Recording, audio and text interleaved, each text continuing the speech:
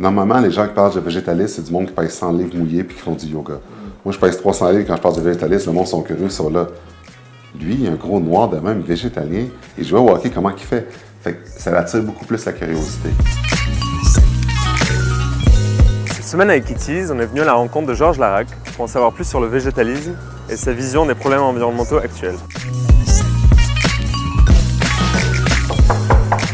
Salut Pierre, ça va? What's up, ça va? Bienvenue. Ouais, merci. Alors Georges Larac, tu es végétalien et athlète.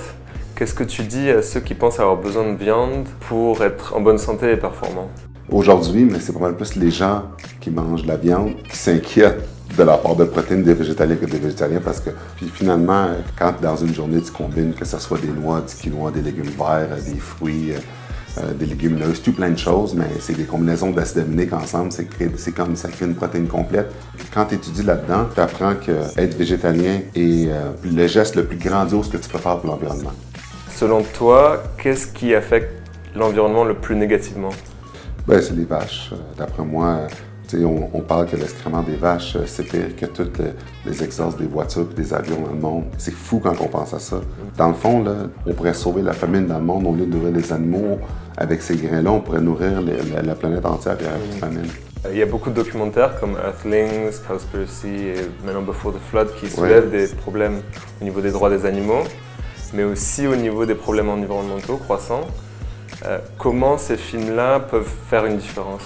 On vit dans une société au Québec où tu as besoin de voir des images choquantes pour faire des décisions.